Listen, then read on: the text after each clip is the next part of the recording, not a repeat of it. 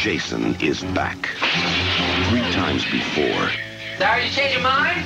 you have felt the terror, known the madness, lived the horror. But this is the one you've been screaming for. Because Friday, April 13th, will be Jason's unlucky day. Friday the 13th, the final chapter, rated R. Now showing at a theater near you.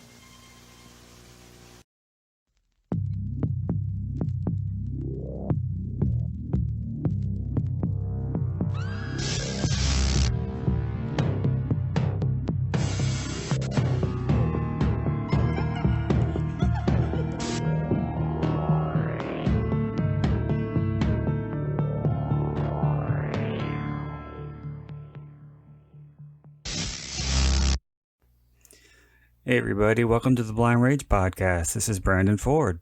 And this is Jed Shaver. This week, we are doing one of Jed's favorites, Friday the 13th, the final chapter.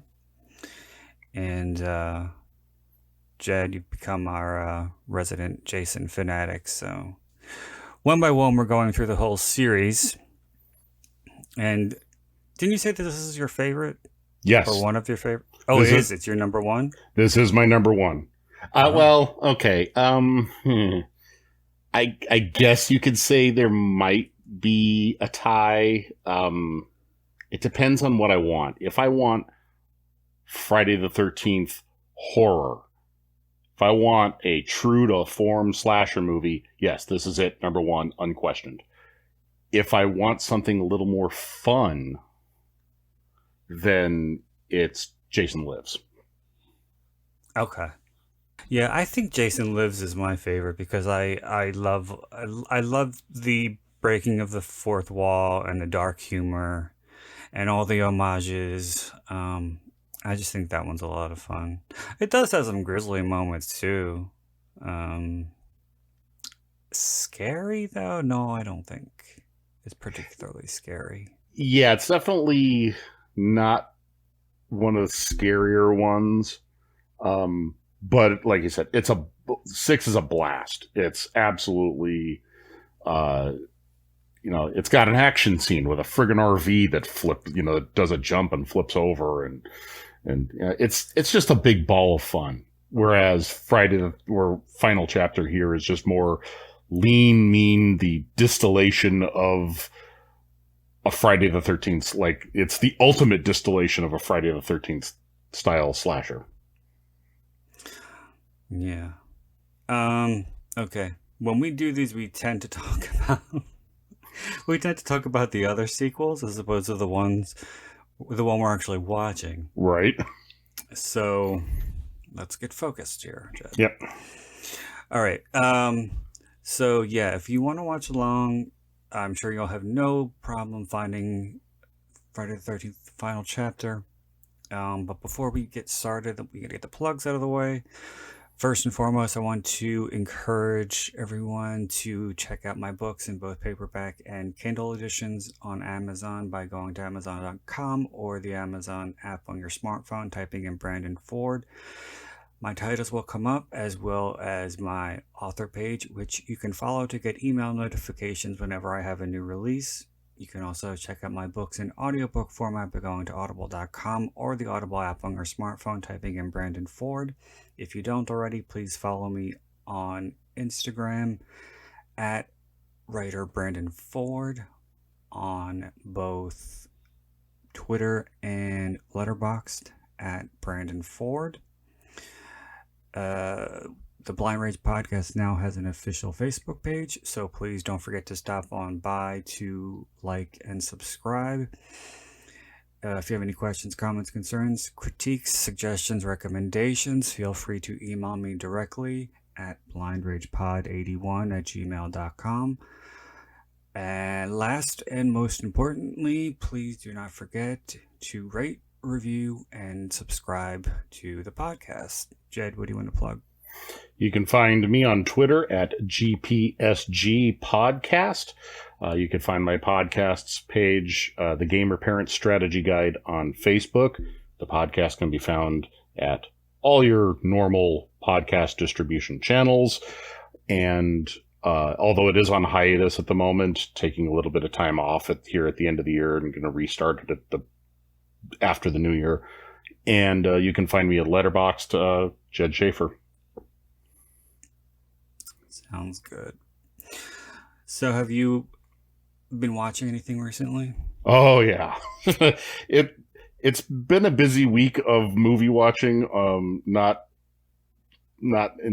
under the best circumstances. My wife got sick at the beginning of the week, and there was fear that it could be COVID, even though she's vaccinated. There was still, there are still breakthrough infections. So she had to quarantine starting back at the beginning of the week. So it's been me alone every night for like 5-6 nights. And she got the test back. It was negative. Everything's good. But in that meantime, in the past 5 days, I've watched Final Exam, Show Dogs, Superhost, There's Nothing Out There, Aqua Teen Hunger Force : movie film for theaters, Promising Young Woman, Best Worst Movie, The Town That Dreaded Sundown 2014, and Dr. Mordred. What's Dr. Mordred? Oh, man. Okay. So it's a full moon movie directed by Charles Band. Oh. Oh, no, wait. This story gets really interesting. So apparently, somehow, Full Moon had the rights at one point to the Marvel property Doctor Strange. I don't know how. I think I used to know that. And they had commissioned a script. They had it written, and they were just about to go into pre-production, and the licensing rights went up. They expired. And so he had this script, and it was ready, and he had the cast, and he couldn't get the rights back. He wasn't about to, lose all the work that they'd done. So they stripped out all the references to anything from the Marvel Comics property, turned it into Dr. Mordred, and made it. And it's Doctor Strange, but not really low budget. And the not Doctor Strange, the titular Dr. Mordred, is played by Jeffrey Combs. Full Moon, Jeffrey Combs, Doctor Strange ripoff. I couldn't help myself on this one. Yeah, now that you say that, it sounds familiar, because they have a Full Moon compendium. It's like how the evolution of Full Moon and the small labels that Charles Band did, like Urban Classics and shit, before he put together Full Moon. I think it's called It Came from the video store aisle or something like that. And I think they talk about it in that. And there's a lot of interviews. I didn't finish it because it was kind of not as interesting as I was hoping it would be. But there were some interesting stories in there. Yeah, it's if you think that Roger Corman makes low budget movies and does things on the fly, I mean, Charles Band makes Roger Corman look like Spielberg. That doesn't surprise me in the slightest. Yeah. I mean, the Puppet Master movies are not any of the movies, Trancers, Demonic Toys, any of them. Nothing that Charles Band touches is no one's confusing it for the pinnacle of the genre. No, and they really don't even try. It's like, I think they know what the fans expect by this point. So, they're not going to go above and beyond to make anything more than what they've spent the past 30 years doing. Yeah, and Dr. Mordred is definitely that. Like, it was made in 92, so it was in that wheelhouse where they were cranking out Puppet Masters every 4 months and you know, pretty much Full Moon's height of their notoriety. But even still, they knew their lane, and this movie knows its lane. It's cheesy, but in the right way. It's just self-aware enough to know that it's a piece of crap, but not so self-aware that it's winking and nudging at you while it's doing it. It's like, you know, it's earnest. Like, everyone's giving her their 100%. Jeffrey Combs is giving a Jeffrey Combs performance. I would assume he would. Yeah, and the bad guy who, what was his name? Oh God, Brian Thompson, who he's one of those that guy type of guys. He was the serial killer in Cobra. I haven't seen it since I was a kid. Neither have I, but I had to look him up when I was watching it. I was like, I know this guy. Oh, okay, he was in Cobra. Wasn't he Dahlman? I don't know. Like, he is definitely one of those B-level, that guy kind of actors. But he's giving his best performance. It's still unbelievably hammy, but no one is going hammy with the intention of being hammy. It's just the ceiling is low when they're hitting it, is the best way I can put it. Kind of seems like they're not in on the joke. Yeah, you never feel like they're in on the joke. It's definitely not like this is a bad comparison because it's not nearly as incompetently made as this, but like the difference between Birdemic and Birdemic 2, where Birdemic is a director who's honestly trying to make a movie. It's just a spectacularly crappy movie. Whereas Birdemic 2 knows that it's crappy, so therefore it's steering into the skid. Mm-hmm. Dr. Mordred is more the first. It's earnestly made. It's honest. It is doing the best it can. Its best just isn't very high, but it's beautiful because of it. It's still like it's a Troll 2. It's just one of those. It's bad, but it's fun. You know what's funny about Troll 2 is the director to this day doesn't really know or understand how bad the movie is. Yeah, I watched Best Worst Movie last night and the documentary about it, and he is very confrontational to the point of antagonistic about it. Yeah, he is. And he blames everybody else, too. He was blaming all the actors. Oh yeah, he was like, I make great movies. I do a great job. It was all you people. You're the ones who did it wrong. Like, no, they did the best job they could. You just did the best job you could, which wasn't good. Yeah. Have you seen Troll 2 yet? You know, I haven't. I've watched the documentary before the movie. I've got to remedy that, but I have a fascination with bad movie documentaries, and I had just watched a movie that was really disappointing, so I wanted something that would kind of like lift my spirits. So yeah, that's a great documentary. And everybody says the guy who plays the father, he's like the nicest guy in the world. He seemed like it, yeah. Yeah, everybody. I've known people who have met him at conventions, and he's just incredibly sweet and down to earth. And he's been doing some low budget movies. Got very nice teeth. So, oh, I'd hope so, considering his job. Yeah. Yeah, I thought it was funny.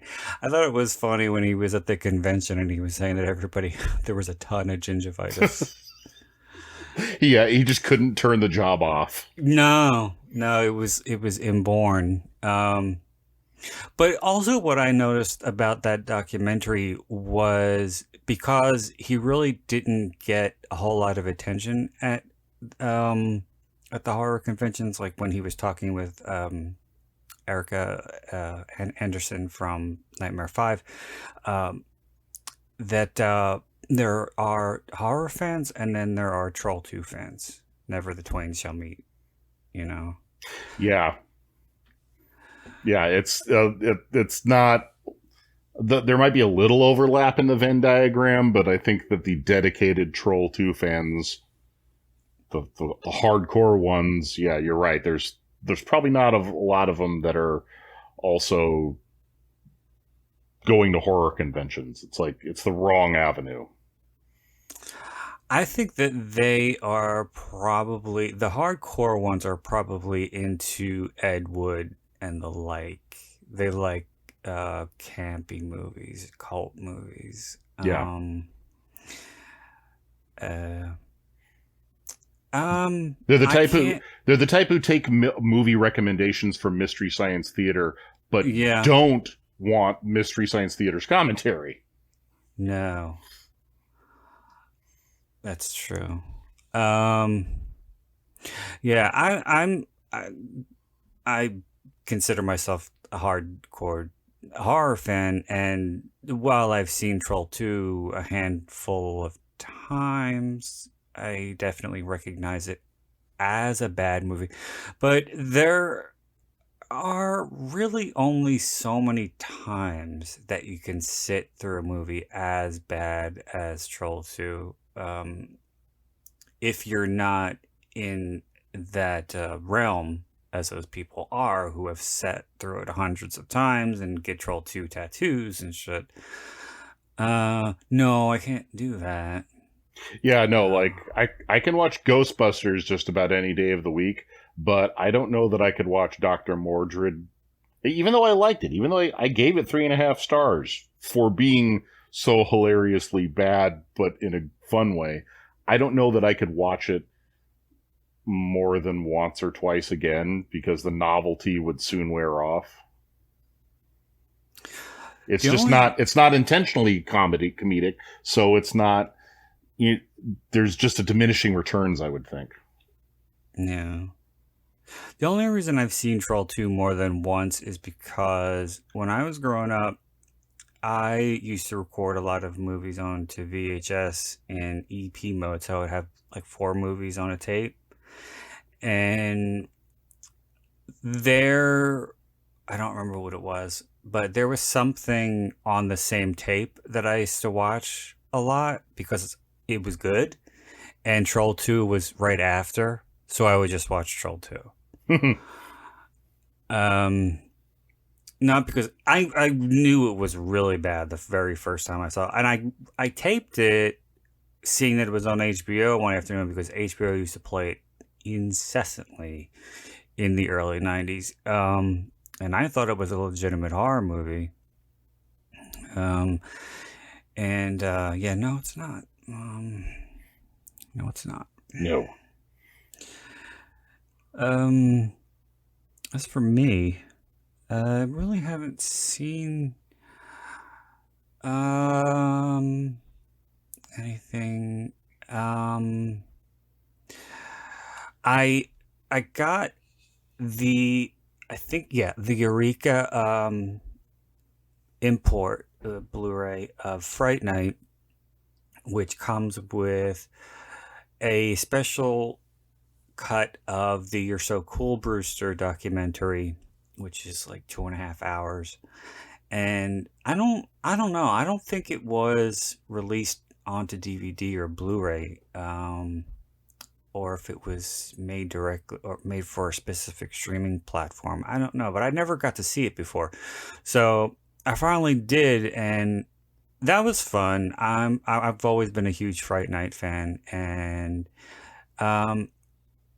it was cool because they had a mixture of vintage interviews with the stars and filmmakers as well as new ones, and they were kind of blended together.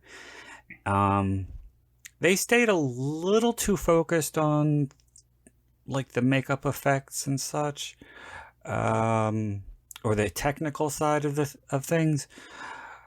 But all in all, I thought it was a really good documentary. And I've said this so many times before, but, well, I'm going to spoil something for you. because I know you haven't seen Fright Night. But all right, I won't say the character's name, but Stephen Jeffries' character in the movie, he dies, and he has been saying for years that he was supposed to come back for part 2, and he turned it down, or he said he was contracted because the company, distribution company, was planning on making a big franchise, and they had it in his contract that he was going to come back.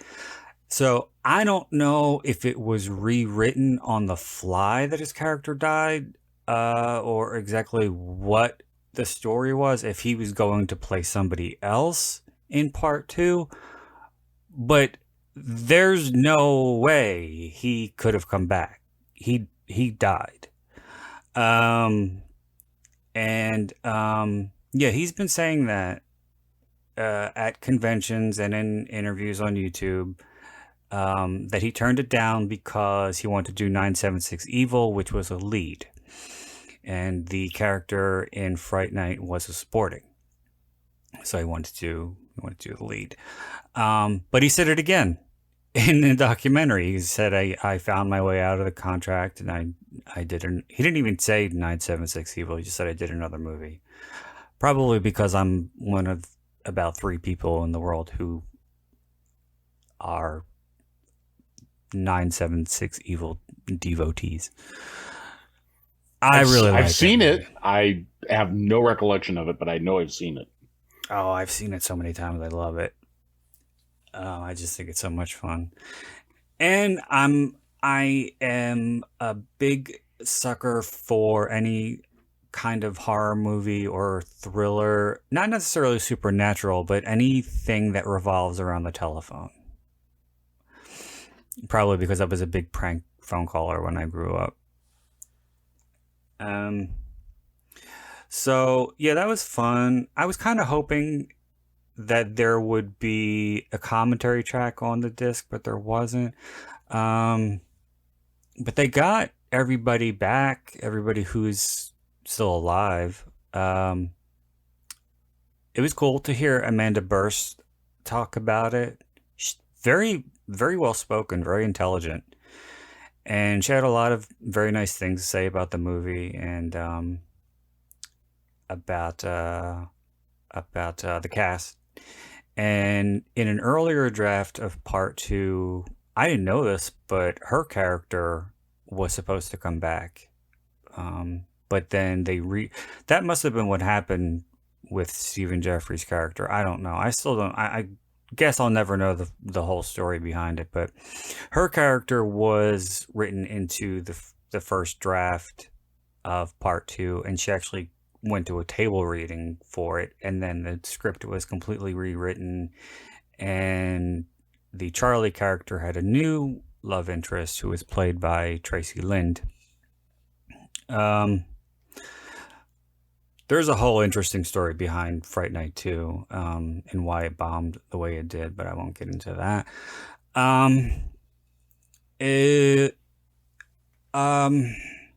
Another movie that I watched that I really liked, that I hadn't seen in a very long time, is a movie called Voodoo from 1995, which has Corey Feldman in the lead. Yeah.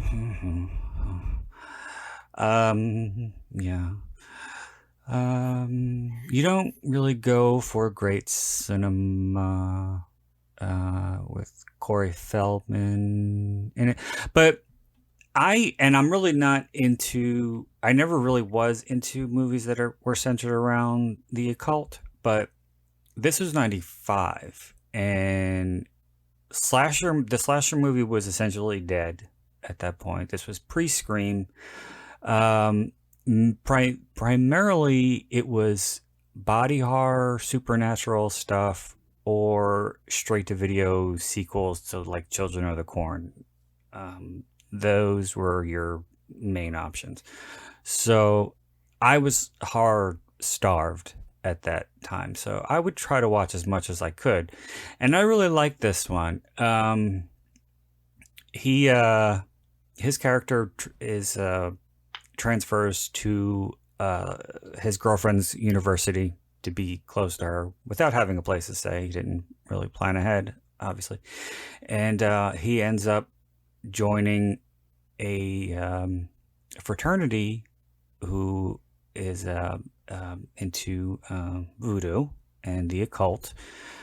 And things go haywire from there. Some of the performances are really not that strong, especially on Corey's part. Some of them are really good, and I won't ruin anything, but there is one sequence in the movie that always stood out to me because it's very, very dark, and it's kind of unsettling too. But I was glad to see that it held up because I was unnerved by it still. So yeah, and that one has been hard to find. I had to get a used copy on eBay that was thankfully in good condition. So that's all I got. Well, I could go into the 11 other movies but that I've watched in the past week, but I think probably that's a few too many, and plus we've got a movie to watch. We do, yeah, and I'm very interested to hear your comments and thoughts and opinions and remembrances of seeing this one, especially being that it's your favorite, and especially being that you're the Friday fanatic that you are. So, I think we should get into it. All right. Okay, so if anybody out there is watching along, we are going to begin with a 3 count, and then we're going to start the movie on play. So here we go. 3, 2, 1, play.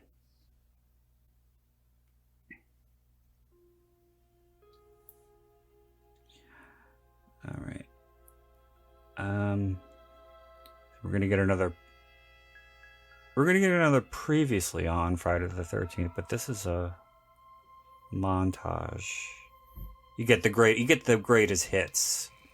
I don't want to scare anyone, but I'm going to give it to you straight about Jason. And when I first saw this, because this is not only my first Friday the 13th, it's my first horror movie at all. I was so confused by this intro. I was like, okay, who are all these people? Why am I seeing them? Because they don't appear in the rest of the movie. No. Right in this area. Who's that? Oh, hi. So while we're watching this extended intro, The girl who survived the story of my first watching of this. Friday the 13th. So 1985, I'm 8 years old. I've got 2 friends over. One is one of my best friends, Jake, and the other one is a neighbor. Her name is Michelle. Michelle was this cute little raven-haired pixie, just the most adorable girl next door that you've ever seen, like a living kid sister doll come to life. And they're over at my house where my mom takes us to go rent a movie. Me and Jake are in like the family section. We're looking at adventure movies like The Explorers and Goonies and stuff like that. And Michelle comes over from the horror aisle, and she's holding the box with that black mat cover with Jason's mask sitting in a pool of blood and a hunting knife jabbed in his eye. And she's like, we've got to rent this. Trust me, this is a great movie. Which means that she'd already seen it. And my mom's like... One would assume. Yeah. Right. And my mom's going, are you sure? That seems a little advanced. Like, she's really concerned about it. And Michelle's going, no, it's fine. It's A-okay. And she's only 8, too. Well, I mean, all 3 of us are the same age. And she's just insisting that this will be fine. Don't worry about it. It's okay. And She checks with me, and my mom checks with me and Jake. We're like, yeah, we can handle it. It's fine. You know, if it gets hard, we'll hit the stop button. No problem. So she gets us lunch, Burger King. We go back home. We sit and watch it. And the entire time, I never stopped. Never had a nightmare from it. Never got scared. Spent the entire time laughing at it. And like, girl, don't go down to the basement. And it just like picked up on the horror tropes almost immediately. And just, I had such a fun time. Like, and that's just burned into my memory. And so, yeah, that was my introduction to horror and to Friday the 13th. Oh, I thought you were going to tell me that this poor girl was traumatized for the rest of her life. No, we sat there eating Whoppers and just having fun, and just the whole idea, though, that she was just this adorable little thing, and she just, at 8 years old, she already loved horror movies. And she was my gateway. Are you still in contact with her? No, unfortunately, we lost contact. I moved away around the age of 10, and we kind of fell off.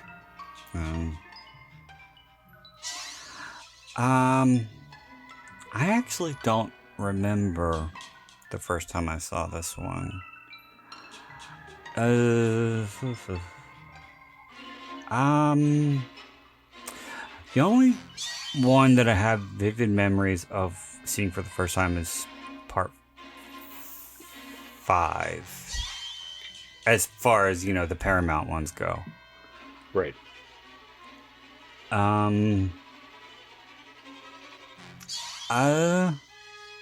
I know that this is a huge fan favorite. I can't say that I don't like it. I think it moves a little slow at times. I think it takes a while to get going.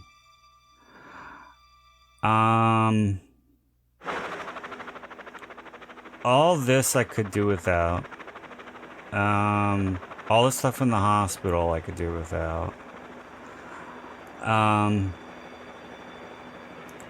Because you're not really meant to care about the people in the hospital. True, but it is your classic Friday prologue kill. Yeah. Yeah, and it also has that fucking cliche, doesn't it, with the coroner eating something over the body. Yeah. The most disgusting coroner in the history of movies. Why do people do that? That's in so many movies. I don't understand why they think it's funny. It's like, oh, because I'm so used to this. I've seen it all before. I'm just going to eat a burger while I'm looking at this mutilated corpse. And, oh, I need to take a break, so I'm going to put the burger down on the chest plate. It's not funny. I don't get it. I don't get it either. It's disrespectful, and it's long at this point unoriginal. Right, it's like right up there with using the Wilhelm scream and Sean Bean dying in a movie. Don't get me started on the Wilhelm scream. I just watched a movie that was like made in the past 5 years. I can't remember what it was. It was sometime. Oh, it was shoot, I can't. It came to me and I just lost it. But it's a recent movie, and it used the Wilhelm scream. And even my kids are trained now to know what the Wilhelm scream are. And one of my teenagers went, "Oh, there's the Wilhelm scream again." Like, that thing's 70 years old. Could we shelve that thing now? Well, there's several of them, male and female. I noticed the female ones more. Because they're used a lot in slasher movies. Right. And I remember the first time I heard a Wilhelm scream was, I think, in Serial Mom. And then I saw another movie not long after the fact where a guy gets thrown off of a roof, and of course that's when they utilize the Wilhelm scream. most often those kinds of stunts, and I was like, they stole that scream from Serial Mom. I didn't get it. I think the first time I heard it was either a Star Wars movie or an Indiana Jones movie, because I know that both Lucas and Spielberg love to use the Wilhelm scream all over the place in their movies. And, whichever one was first, I couldn't tell you which one, but whichever was first, then I saw the next one and went, hey, wait a minute, that's the scream of the stormtrooper falling off the railing in the Death Star. And nope, now this time it's one of the, what's it in Temple of Doom, the cult members.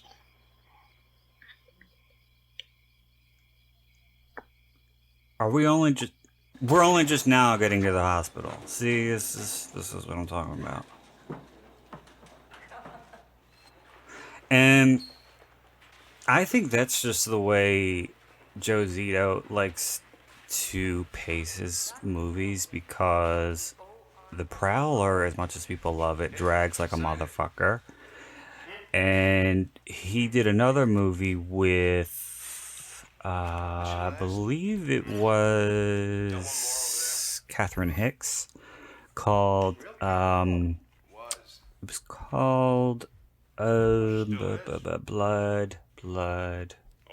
Rage. One word, not the Thanksgiving one. And that one dragged on too. You don't really hear people talk about Blood Rage. I think people like this one and The Prowler predominantly for the special effects. Both of them are done by Savini. I recently saw The Prowler. Man, that was a hard movie to get through. Isn't it? And I think mainly because it has a lot of good ideas that break genre already, but they're not used very well. Like, the final girl's put in jeopardy really early on, but it's just such a slow and dull movie. And I don't know, just the components of it, there are good ideas that are used badly. Yeah. See, and when you do get to the kills, which are very well done, I have an embedded memory of the pitchfork scene. But when you get to them, finally, it's like you really don't care, or at least I didn't. The pitchfork and the pool, I think, are the most notorious kills in that one. Yes. And I don't think that Zito was very nice to the actors on that one either. Well, he's had that reputation. He has that reputation a lot in this movie. Like, oh yeah, yeah. The stories are the stuff of legend at this point. Like, Corey Feldman had problems with him. Ted White had problems with him. Judy Aronson had problems with him. I think Barbara Howard may have had problems with him too. I think he tried to pressure her to do a nude scene, and she was like, "No, it's in my contract." No, I'm not.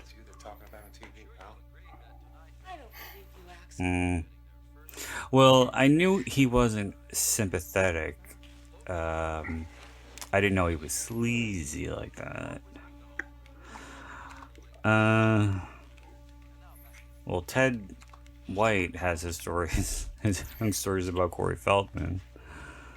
Yeah, and those two didn't. Pretty much this whole movie seemed like not a lot of the cast, but there was quite a number of people who had issues with either each other or with the crew in some direction. Mm-hmm.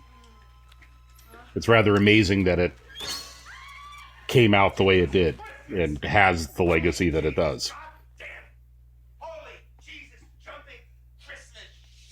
See, and now we're still in the hospital. See, this goes on too long for me. This is just it's too much. I want to go to Crystal Lake. I'm not so much a fan that I won't deny the fact that, yes, we're at, not counting the 2-minute long previously on segment, we're at almost 13 minutes now, and not a single death, not a sign of Jason being alive yet, other than like slightly squirming on the gurney. It does take a while to ramp up to speed. Wasn't that a mistake on Ted White's part? Was it? I think it was. Where he didn't know he wasn't supposed to move, or the camera was running, or something like that. I think that's right. And then they decided to keep it in the movie to let the audience know that he was still alive. I did not know that. Hi, girls. Thanks for waiting. I assume that was in one of the many director's commentaries that can be found. Yeah. Yeah.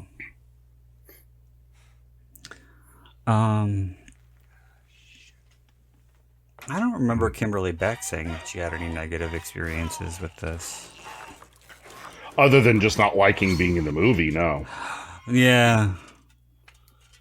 I know that like Crispin Glover, she took it as a paycheck job. Something to put on the resume. Hey, look, I was in a movie. She's in one of my favorite cult movies from the 70s, Massacre at Central High. It was 76. And I believe she, at the time, had been on an Australian soap opera. Oh, wow, Neighbours? I don't know if it was that. See, now I'm going to have to look it up. Do you know how many careers Neighbours launched? It's absurd. I've heard of it. I haven't looked much into it, but I've heard that it's got quite a lot of it's had quite a lot of people come through it. It's how Kylie Minogue got started. Let's see. Television. I don't think it was that. Well, they have No, it wasn't that, but I don't know what it was. They have a rival soap. I can't remember what that one's called. But Tony knows all about it. About them being an Aussie. Here's something I didn't know about Kimberly Beck, though. This will surprise you. She was also in Alfred Hitchcock's Marnie. And she was in Independence Day. Well, I've never seen Independence Day. Now I need to go watch Independence Day again just to find out where the hell she is in that movie. You could just YouTube it or something. I don't recommend any Will Smith movie. Oh, I like Will Smith. Not always. I mean, he's got his fair share of stinkers, but I like Independence Day.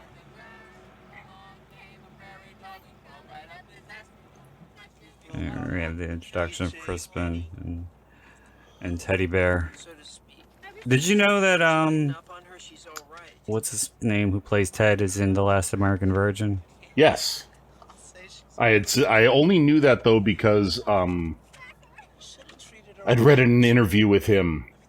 He was talking about how he had come off of that or he had done that before doing this, and that he was kind of on a career high, or at least he thought that his trajectory was going upward, and he thought that this would be like the next step into being a huge teen idol, and being in all the teen movies in the 80s, and didn't really do that. I don't think that The Last American Virgin was as successful as they were hoping it would be well, it was a Canon film, and you know how they were. But it also came out right within months of Porky's and Fast Times at Ridgemont High. So it wasn't a good time. Yeah, those are. I mean, the for better or worse, the most iconic of the 80s teen titty comedies, and then Fast Times for sure is one of the quintessential teen comedies. Porky's is definitely more under the TNA teen comedy of that time, but Fast Times has more substance. Oh yeah. No, I wouldn't. That's what I meant by the like. Porky's is more of the teen sex comedy, whereas Fast Times is more. It's an actually honest to God movie. It's got a decent plot and it's got really good acting. And Porky's has a lot of boobs, and that's mostly it. Yeah, it's the whole story is basically a bunch of high school kids want to get laid. Period. Yeah. That's it. Which is strangely enough what most slasher movies are about. There you go. They're Porky's with a body count. Yeah, so we talked over the computer, air quotes. So this is so mean. It is. Yeah, so apparently you weren't the only one who was puzzled by that whole sequence, because in the Adam Green and Joe Lynch commentary, they thought that maybe there were deleted scenes where you actually saw a computer. Because laptops were so common in 1984? Yeah, but yeah, and it is confusing because you hear the clickety clack and you don't really see him, the beer cans that he's typing on. But I never thought that there was a computer in the back of the car. I didn't know exactly what he was doing, but I knew that it was a joke. And plus, they have the end when Crispin says there is no computer, and Ted says, "Aha, there is no Betty." Right. While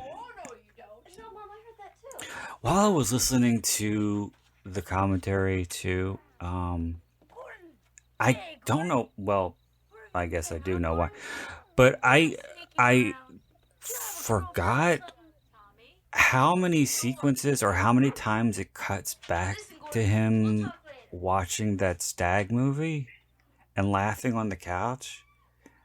And I was like, it's at least 5 times. I was like, this is still going on? And I never really thought about funny. that.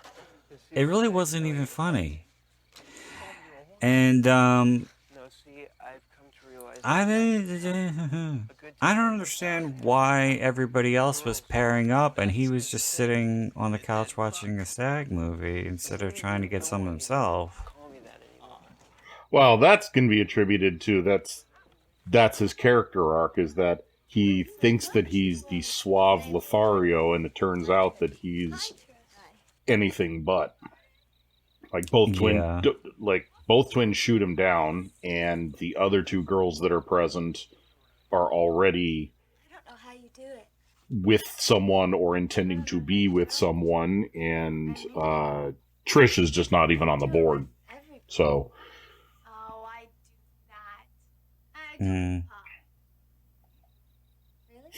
So I just took it as kind of like you're expecting him to be the cool guy and Crispin Glover's Teddy to be the goof who can't get laid, and the story arc is that it inverts, and the guy with no self-confidence actually gets the girl, and the guy with all the self-confidence blows it. What does Paul think? Paul thinks I'm great and bad. Every time I think of her, I think of Weird Science. Who? What are The Jude. one with the really dark hair. Judy Aronson?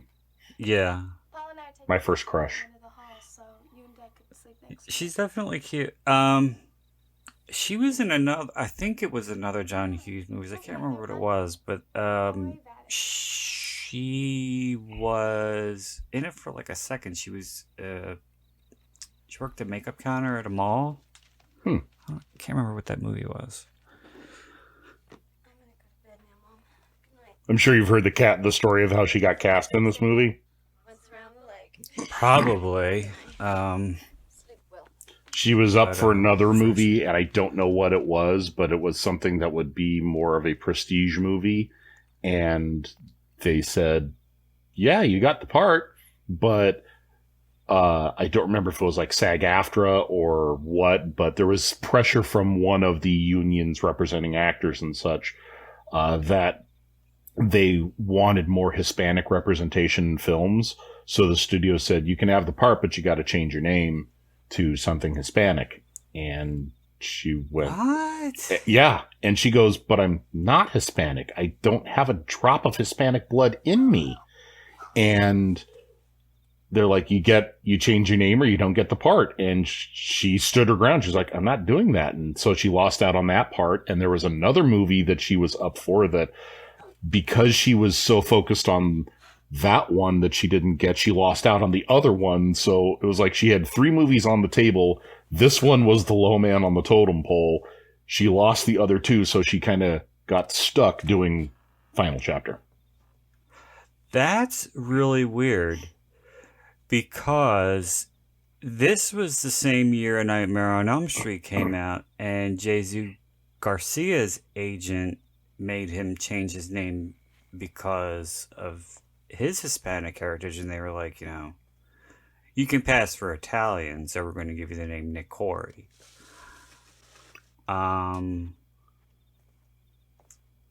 Yeah, but that's weird. I don't think I ever heard that. Yeah. I want to say it was in the original documentary that came with the From Crystal Lake to Manhattan set. I might be wrong, but I remember I remember distinctly her saying that, and it's like, wow, that's one, that's shitty career luck, but 2, why would the studio do that? I think when we get to town, I should call Betty.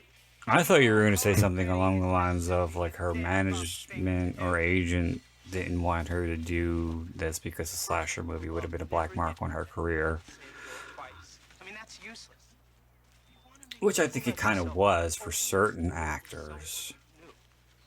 Oh yeah, definitely. There's definitely actors in this and in lots of slasher movies that never really, quote unquote, escaped the stigma.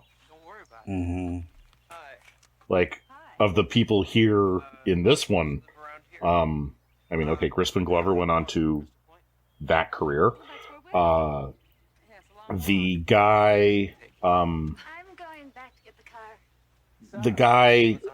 the guy that Sarah wants to hook up with, I can't think of his character's name, but he's the pretty guy with the long dark hair.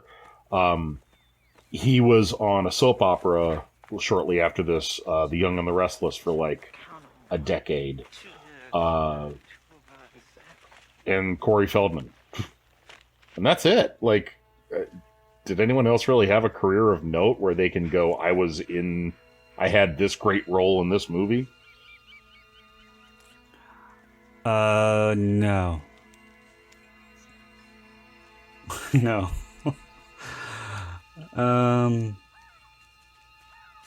But that could be said for the majority of the actors in this franchise. Yeah. The numbers of stars that went on to something bigger are definitely disproportionate to the numbers who just kind of milled around in bit parts and one episode shots. I would say that Kevin Bacon is the only one who ever had top billing in a Hollywood movie after being in one of these. Oh yeah, yeah, definitely. We have no suits.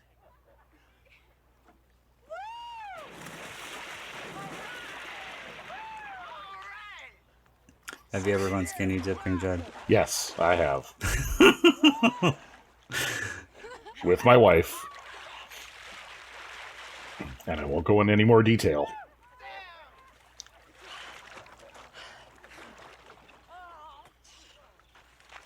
Even at a young age, I remember watching this scene and being mildly disturbed, I guess, by the way that Teddy, his enthusiasm in this scene is a little bit too much. It is. Yeah. Like, okay, yeah, you're seeing all these girls naked.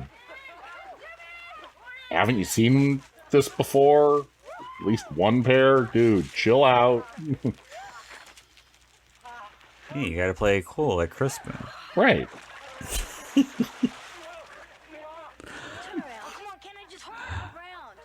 I still don't know what his deal is. Whose deal? Crispin, I just see him as asexual. I can't imagine him in any kind of sexual situations. Crispin's an odd duck. I appreciate his I don't even know how to phrase it. Like Eccentricities? Yeah, I appreciate his eccentricities and the fact that he's kind of rejected the studio system and he marches to his own drummer. He makes the movies that he wants to make in the way that he wants to make them. I appreciate it. They may not be for me most of the time. Like 99% of the time. But I appreciate that. Need a screwdriver.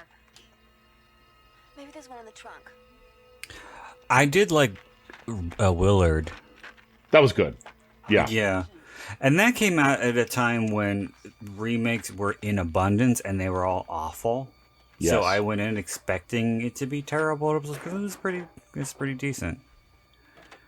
I won't say that I had high hopes for it, but I did think at the very least, because the story is so weird, I thought, well, Crispin Glover in the main role, that can't be bad. I mean, it seems like a natural fit. Yeah. I wanted him to wreak more havoc with the rats. That was my main qualm with it. But he doesn't really do that much in the original either.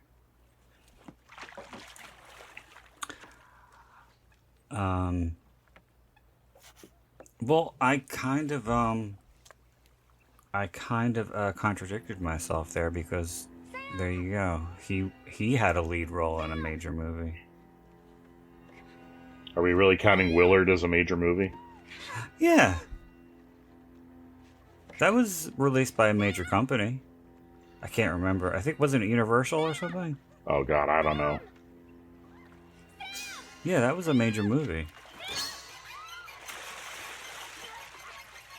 And you could say he had it wasn't a starring, it wasn't like the above the title starring role, but he definitely had a major role in his immediate movie following this, which was Back to the Future. Right. People who aren't Friday fans, that's what they know him from. Oh yeah. Just like Corey Feldman, if you're not a Friday fan, odds are you probably know him from the Goonies. Yeah.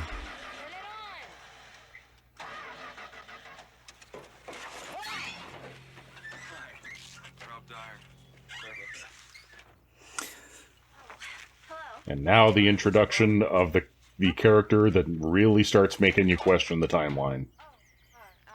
It won't start. Let's get in. give it a crank. Yeah, he is supposed to be the brother of Marta Cooper's character, right? Right. So at this point, you've got like 2, 3, and 4 are supposed to take place over the course of about 6 days, which means that Sandra died. He got up all this gear, came out here, and he's got all those newspaper clippings, and all of the newspaper clippings look like they've been in his pocket for about 30 years. Like, it just... You can't be hunting for bear. How about kids? I don't know, it's the continuity nerd in me. I'm sorry. I can't help it. A bunch of kids moved in yesterday. Right next door to us. Well, I think he had his shit together more than the Jared Padalecki take on the character in the remake. Because he was just knocking on doors, handing out flyers. Right. You'll get no argument from me on that one. Would you like to come in for a minute? Speaking of that, just as a quick aside that you'll laugh on this, I was looking up fan theories about Friday the 13th earlier, researching something. And there's a fan theory out there that says that the Friday the 13th remake is a supernatural side story. Oh my god. Because they always used, the lead characters, Sam and Dean Winchester, always used aliases when they would go to town, to whatever story they were doing. And this takes place at a certain point this came out at a certain point when in the series, the two brothers had kind of gone their separate ways for a while. So, yeah. I don't buy it. There's some fan theories I will give at least some credence to, if not necessarily headcanon. That's not one of them. No.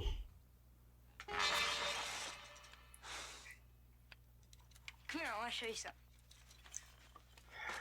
Now, one thing that always bugged me about this, they make such a big deal on the back of the box. I remember the box just so vividly. And they make such a big deal about him being a mask maker and a model maker and doing all these things with special effects. And on the back of the box, they're like, how will he use these talents to help protect himself and his sister from the threat of Jason? And it never really comes into play. No. So the answer would be not at all. Right. I can't really say that I'm doing air quotes here, get the whole thing with him shaving his head, which, by the way, he would have had some severe razor burn. Like bleeding. Oh, yeah. He shaved his head at about 2.2. But the whole thing with him trying to emulate the way Jason looked as a child, how did he know that? There was a newspaper clipping that he pulled out of Rob's bag that had an artist's conceptualization of Jason, and it looked like a bald boy with a couple of tufts of hair sticking out in different at odd angles. It's not a lot. I mean, the drawing is obviously is supposed to be like an artist's idea of what it looks like. Yeah, so there is a bit of a leap of going, okay, well, that's factual. That's what he would look like. And the dots don't quite line up. I do get what you're getting at. I think it would have been more interesting if he had used one of his 10,000 masks to, flip Jason out. Because Jason wouldn't know that's a mask. Right. just sees this weird short person with this weird mask. Especially the one that they did the close-up on with the eyes going back and forth and the fangs. That thing was crazy. My parents are separated. And you notice, though, in I kind of hope part 5, they're not anywhere near as sophisticated. Like the one he puts on to scare, the alien one that he puts on to scare, another anyone, huh? to scare Reggie. Listen, if it gets too bad out there, Yeah, shower, there's definitely a noticeable dip in quality from Yeah. Hollywood level usually leaves the door open. mask making to God at its Spirit Halloween. Pretty much, yeah. Take care. Yeah, and there's always been the assumption by fans that the Tommy character was inspired by Tom Savini, and everybody always says no who worked on this. Really? Yeah, I don't get it. It's the likeness is pretty in your face, and the character's name is fucking Tommy. Yeah, it couldn't be more on the nose. Obvious. On the nose. Yeah, no, I don't know why they would say no. Even if it wasn't intentional, they should have just said yeah, absolutely. Right. So it looked like they knew what they were doing, but I don't know if it was Joe Zito or the screenwriters.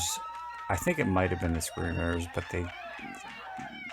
I definitely remember somebody saying that it wasn't intentional. Then that is the most textual subtext I've ever seen.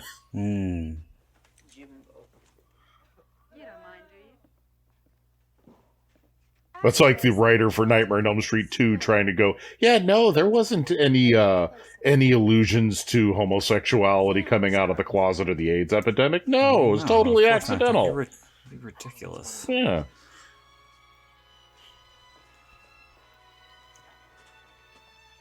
Look, I'll talk to Paul. Right? Another thing that I never understood even as a kid. Paul came here with a girlfriend. You are flirting with another woman in front of your girlfriend. Dude, what the hell? Maybe they have an open thing going. If they do, she looks pretty pissed about it. I want to talk to you for a second. Man, I am going to kill him. I said that I wanted to talk to you for a second. That's what I wanted to talk to you about. Did you look at this guy? Something about the delivery of that line. Which was mine. Well, you know what I suggest you do about that, Teddy? I think you should run that through your little computer. And what is the weird voice that Crispin is doing? I want to talk to you. Just one of Crispin's many eccentricities. I don't know.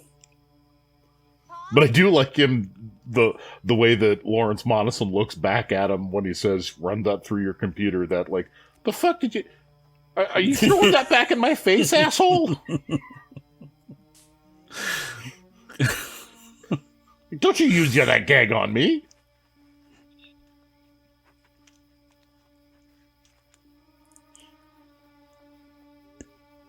Yeah, see, I mean, this movie isn't completely without merit. It just, because of so much of the slow build-up, it wasn't one that I went to that frequently.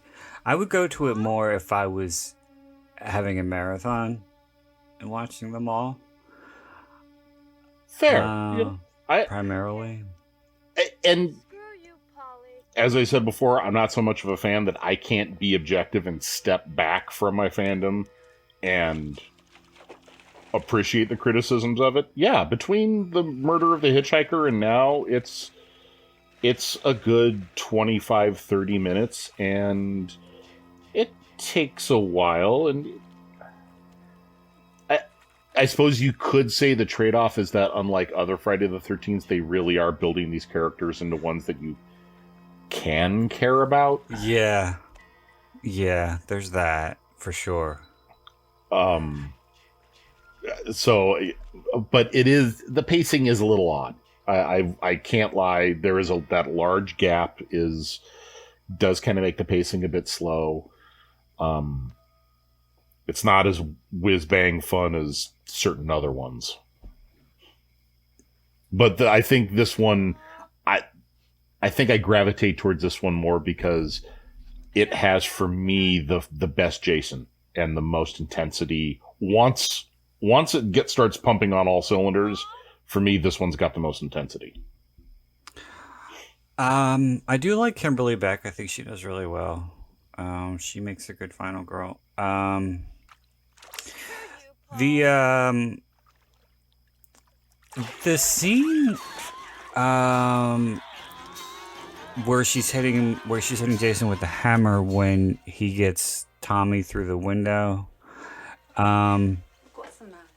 And they said that, or I believe Ted White said that Corey didn't know when it was going to happen. Yep. So that he would get an authentic reaction. It doesn't look authentic to me. Well, it doesn't look like much of a reaction, I will say. He just kind of looks a little spaced out, I think. No, I mean, he does squirm around. I think it's. I can sort of see where you're coming from. I think the panic, kind of like, other than him going, let me go. It's not as overblown as I would expect it to be for being a genuine reaction. Yeah.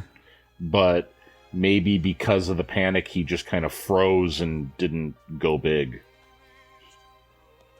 I don't know. I've always kind of wondered if that story was true, since it came from Corey Feldman. Did it, or I thought it came from Ted White? I know I've heard Corey Feldman tell it a bunch of times. Oh. Maybe Ted White's also told it, but I think he did, and because I think he said that was a scene he was looking forward to because he couldn't stand Corey, and he was looking forward to scaring the shit out of him. Oh, that sounds like Ted White. Why don't we just go upstairs? Then It's interesting, though. Go ahead. I was going to say, in that case, if both Ted White and Corey Feldman are telling it, it's got to be true at that point. Yeah. I haven't heard anyone else say anything negative about Corey Feldman during the making of this. Have you? No. Really, the only things that I remember hearing or seeing are, like, he legitimately was trying to get a look at everyone naked at the swimming hole. And, yeah, like that scene where Kimberly Beck's like, turn around! He really wanted to see boobs. And so, because he was on the verge. He was like 12, start to 11, 12, 13 in that era, or that run. So, once you're really starting to get, your sexual feelings are starting to awaken for most people. So he was interested, and she was kind of really taking on the big sister role and being protective of him throughout the movie. And it hadn't occurred to Joe Zito to film the scenes at different times? Because that's usually what they do when kids are in situations they are not supposed to be, or the actors. You would think. I had always thought that they were shot at different times, those moments of them going into the water and him trying to look. That was always my assumption. Well, again, comes from Corey Feldman. Where you place that on the veracity scale between absolute truth and absolute bullshit, that's up to you, man. Yeah, it can't be true because that wouldn't be legal. Well, a lot of these movies, to at least up to a certain point, I think like the first 4 or 5 were made non-union, and they were made, kind of hush-hush, so they might have circumvented some rules. I think it wasn't until, it wasn't until 5, because 5's production is 5's production. But I think it wasn't until 6 that they actually started, acknowledging, that they actually started adhering to union rules and making these things by the book.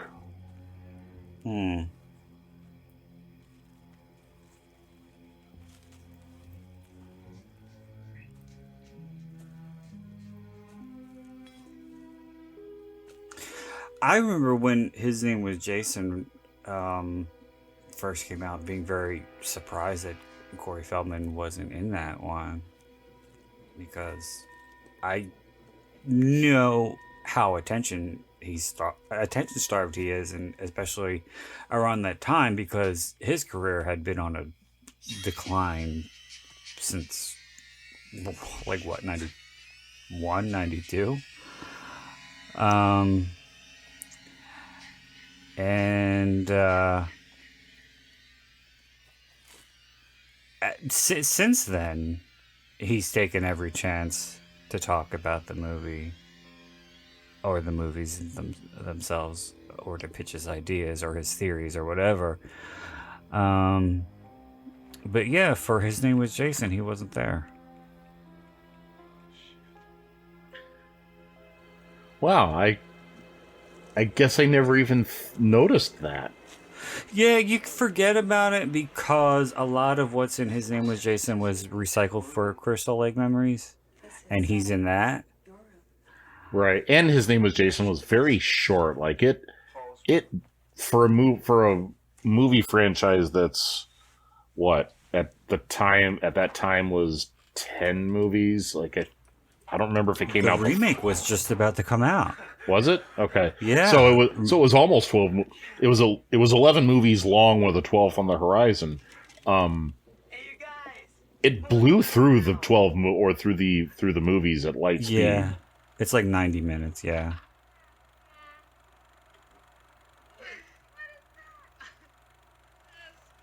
But there's a lot of extended interviews and stuff.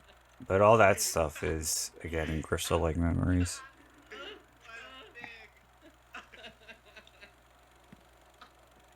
Which I am surprised, considering that the same production company that did Crystal Lake Memories also did the Nightmare one. What is it? Never Sleep Again. Yeah. I'm surprised they haven't done another. I know. Where's Halloween? Where's Hellraiser? Friggin' Leprechaun, one of them. Just pick another franchise. You could keep that one. I don't really want Leprechaun. Let me just state, I really don't want it. But just find a franchise, pick one, go. Didn't they do the Scream one? There's a Scream one? Yes. Huh. I did not know that. Well, there definitely is. I know that. But I don't know if it was... All right, well, let me say this. What the Biography Channel did with Never Sleep Again was they cut a bunch of stuff out of it. The whole segment on Freddy's Nightmares, as well as some other stuff to make it shorter. And they played it as a part of... They had a series where they did behind the scenes stuff for horror movies. I remember they did something on The Exorcist and Jaws. So I think the Scream franchise was a part of that. What it was called is escaping me. But I do remember watching Never Sleep Again and thinking, okay, you just completely butchered Never Sleep Again, which is a bit of a waste. But Halloween did have the 25 Years of Terror documentary, which was similar to His Name Was Jason and was also released by Anchor Bay, and covered all the movies up until, well, it was 25 years. So that's 2003. What? So that would be through Resurrection. Resurrection. Yeah.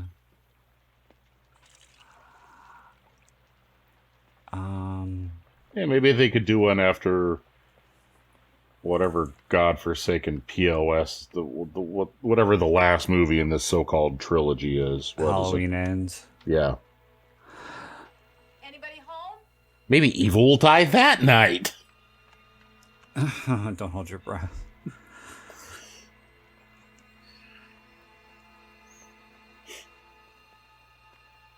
I don't know, but I would really like to see more comprehensive documentaries in the vein of Crystal Lake Memories and Never Sleep Again.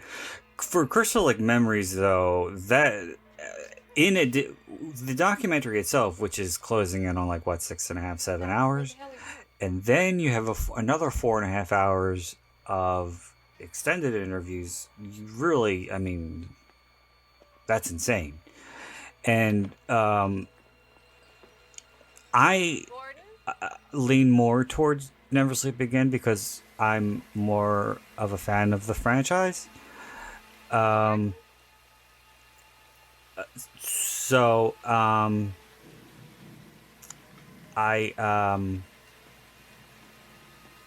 like that one a bit more. But there's no denying that they really went above and beyond for both of these franchises, and it would be nice for them to do something else. For Hellraiser, even though I'm not big on the franchise, I would even like to hear the stories beyond the really bad straight to video sequels. Same with the Children of the Corn franchise. That would be some interesting graves to dig up. Yeah. I think I tapped out around what was the Children of the Corn where the kid was in the city? 3. Yeah, my mother rented that once because she rented everything. If it was on the shelf at some point, she rented it, and I remember seeing that and going, so what? Is he going to make a corn patch in a flower pot on the fire escape? What's going on here? I haven't seen that one in a while, but I remember, well, that was the first of the straight-to-video sequels, which is kind of surprising, being that only the first 2 were theatrical. But I haven't seen it in a while. It's not that bad. It's bad, but it's not insufferable. Part 4 is pretty bad. Part 5 is pretty bad. Part 6 was the last one that I'm going to shell out money to actually see this thing. And the only reason why I rented it, I knew it was going to be a piece of shit, but I had to see it because Isaac came back.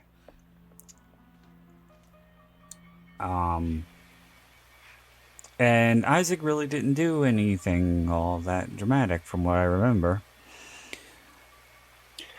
I've only seen bits and pieces, like clips of it in recaps, and did no interest. It generated no interest in me.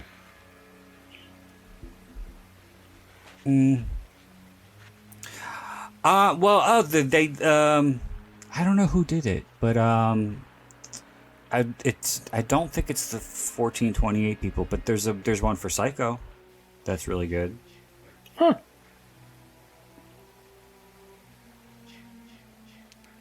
Well, yeah, that could be interesting.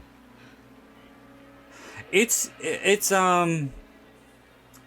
covers all 4 movies, but it is in the same vein of His Name Was Jason and Halloween 25 Years because it's only about 90 minutes, but it also has all the deleted scenes and stuff on the second disc. So, and it's only 4 movies. Like 4 movies doesn't need like 4 hours. Yeah, and I really liked how those who are being interviewed, especially like for example the director of Part 2, whose name I can't remember right now, even though he's pretty prolific. He didn't hold back, and neither did some of the actors. Nobody was trying to paint Anthony Perkins as an angel, which I thought was refreshing because, after somebody dies, it's like, oh my God, they were the nicest person in the world. No. Anthony Perkins was not a nice guy to work with. Yeah, death does seem to sand away people, especially celebrities, their rough edges. It's nice to see sometimes people go, yeah, no, he still was a douchebag. What drives me fucking crazy is that everybody in the world, and I've probably mentioned this before on the podcast, is that everybody except me has completely forgotten that David Letterman is a total sleaze. Oh, no, it's not just you.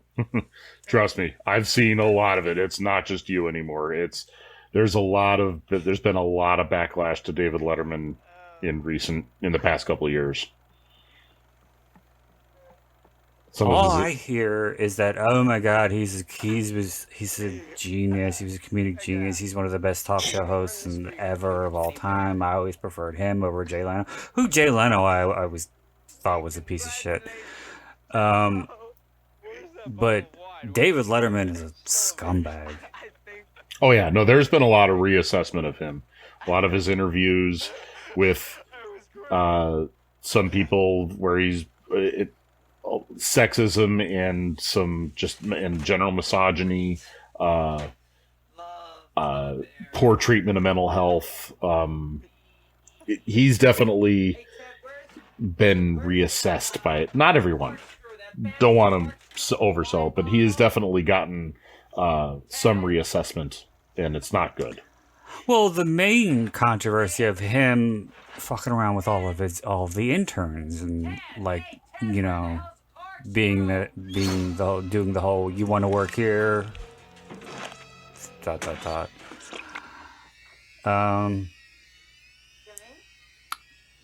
Yeah, it wasn't a good environment. No, he was not a good boss to work for. And I have heard celebrities say that he's not the best interviewer, that he's icy, and during commercial breaks he won't even look at you. And he doesn't like not being in control. Getting back to Crispin Glover, too.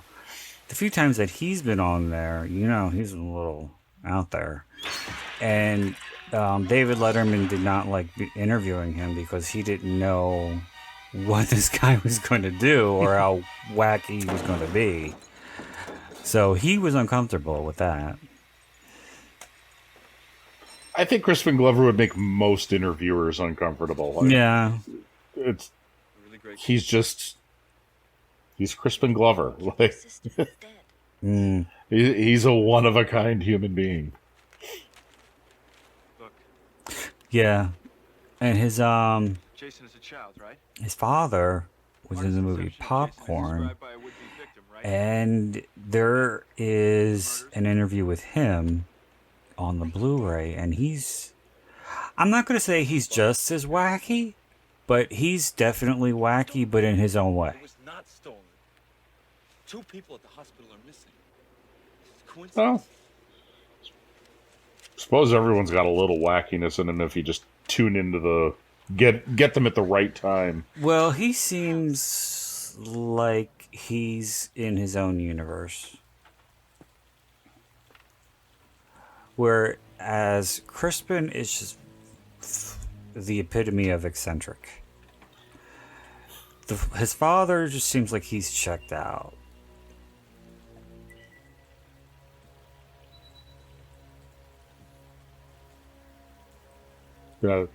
This is one of the scenes that even as an 8-year-old, I was like, what are you doing?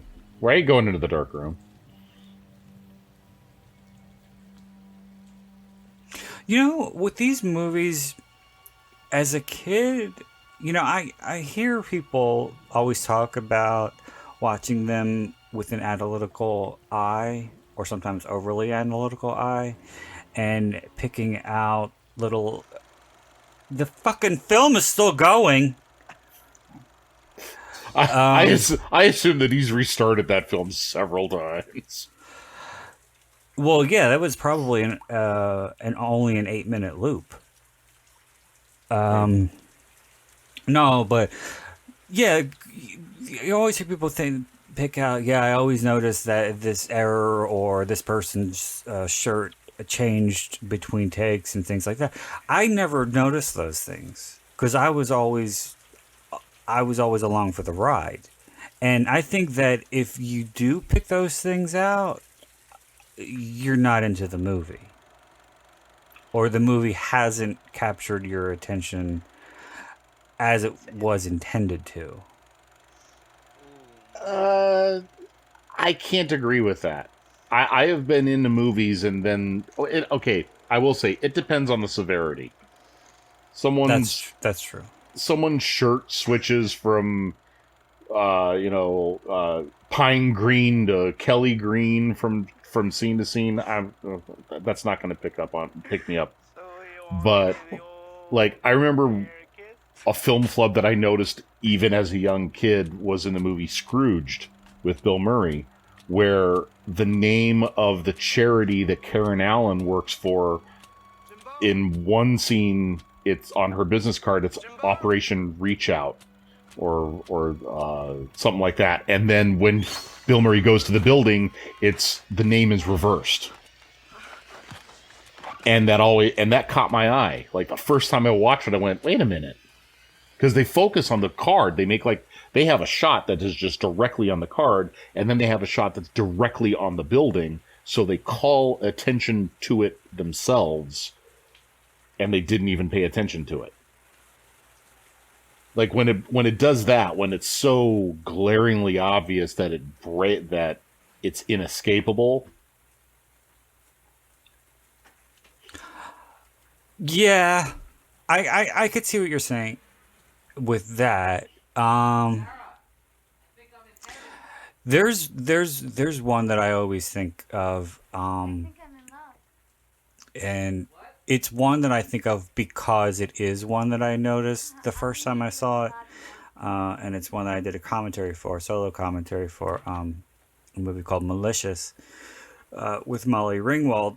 It's like, one of the many Fatal Attraction style ripoffs that came out in the 90s, and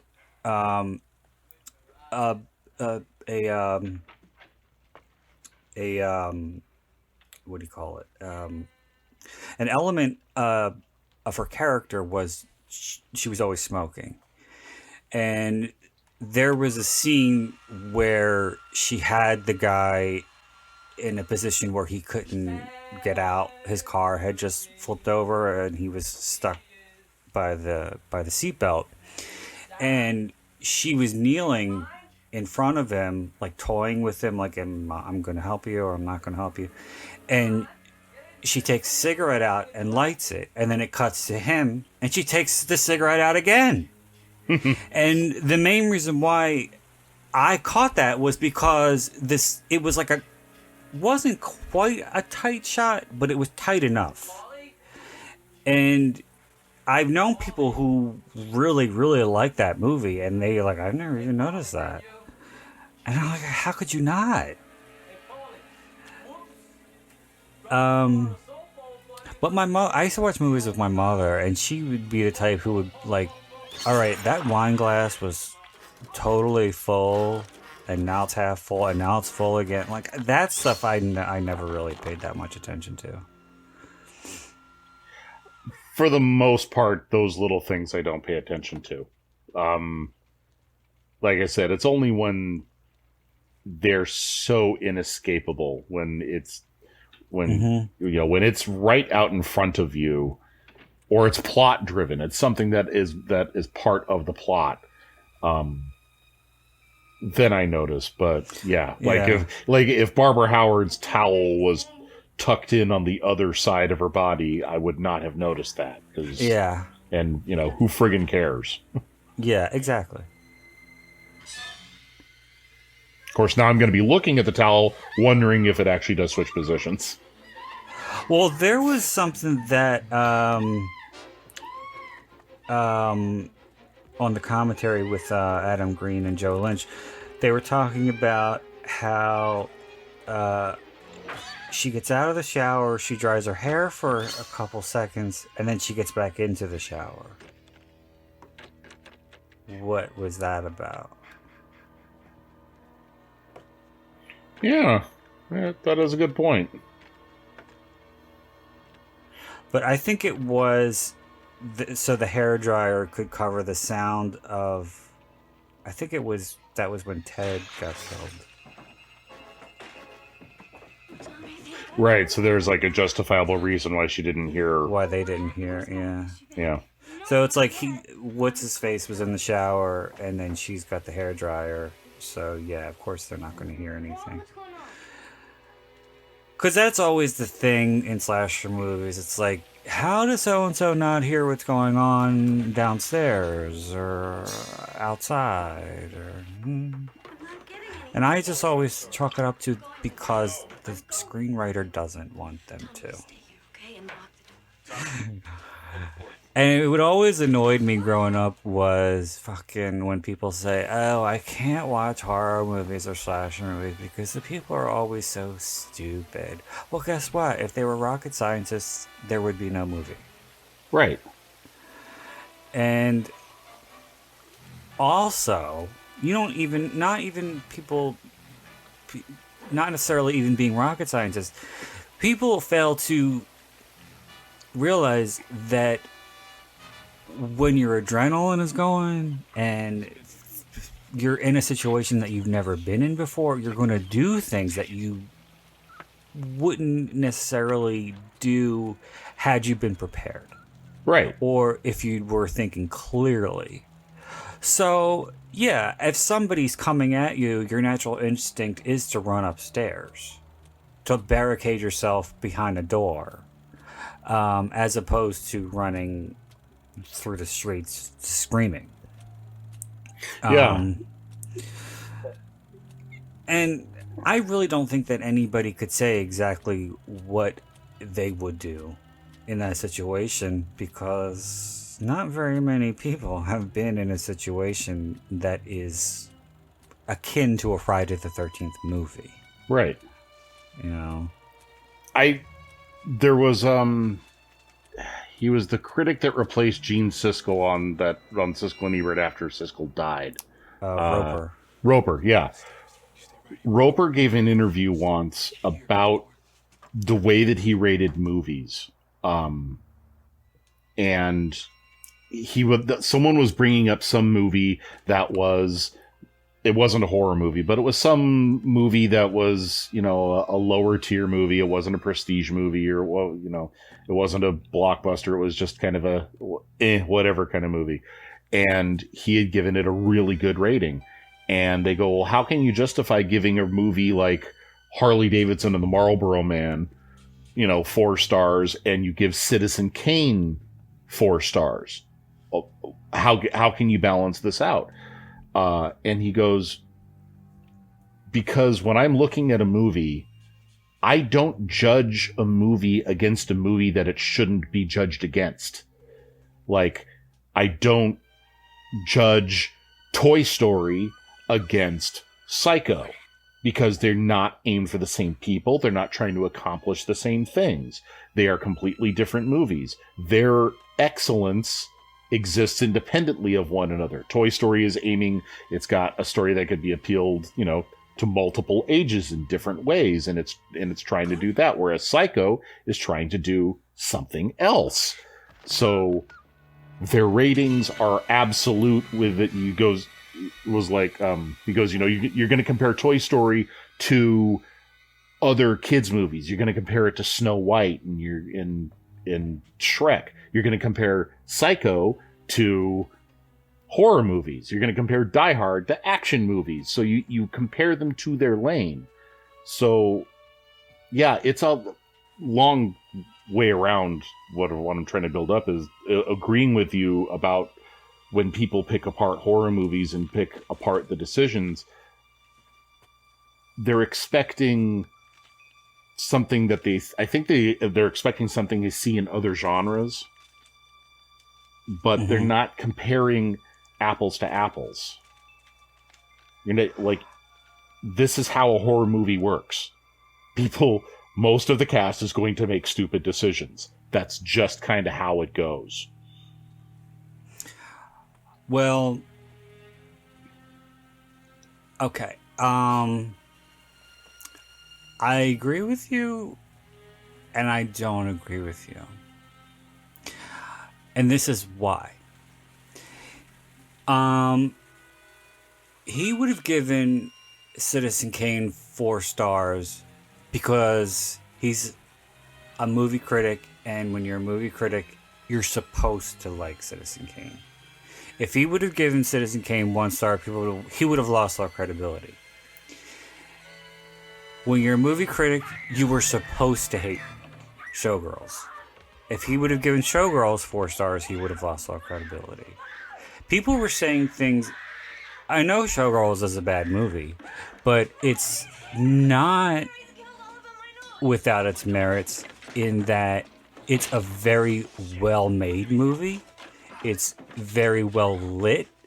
It's got a lot of really good costumes.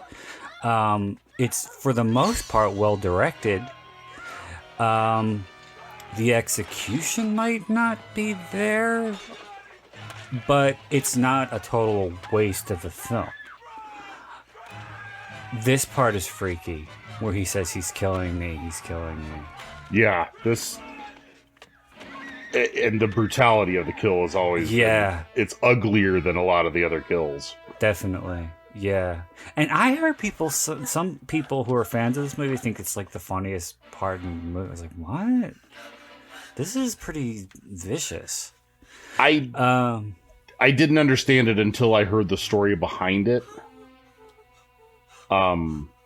That it was based on a newspaper story that I think it was the actor that had read, or no, it was Joe Zito, about a mugger, or a person who got mugged, and the mugging turned violent, and witnesses heard the mugging victim saying, "Why are you killing me? Why are you, basically having this conversation with their own murderer, and almost referring to themselves in the past life tense." And he thought that was just so disturbing and sad that he wanted to work it into the movie, not as a way to like be mean to what really happened, but because he said that Jason had become sort of an anti-hero over the course of movies, and people were cheering him on, and they wanted to see the gore, and they wanted to see him kill all these people, and he wanted to remind people that Jason is a cold-blooded killer. He's not a good guy. He's a murderer, and you shouldn't cheer for him. And so having him do this, having Rob Dyer acknowledge his own death, and it reminds you that Jason's bad. You shouldn't cheer for him. You're supposed to be cheering against him. Yeah. Wow. That just made that moment even more disturbing.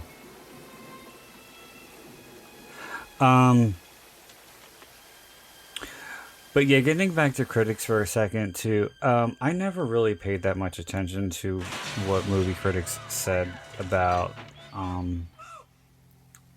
especially about horror movies, because generally, and not just horror movies, critics tended to hate movies that I always look at his face here. He doesn't really look shocked.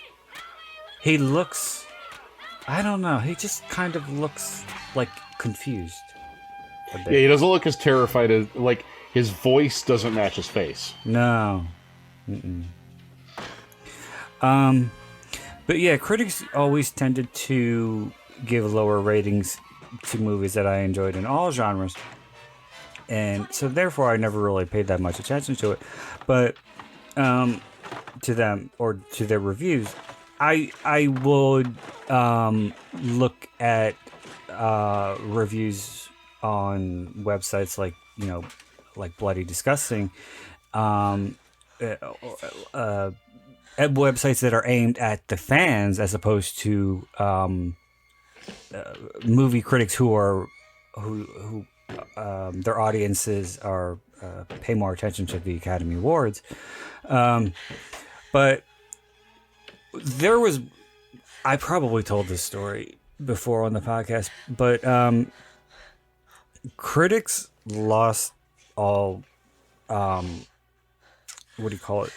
validation for me once I heard this story. And this was on a podcast where one of the co-hosts was at one point a professional critic. He worked for a newspaper, and that was well regarded. There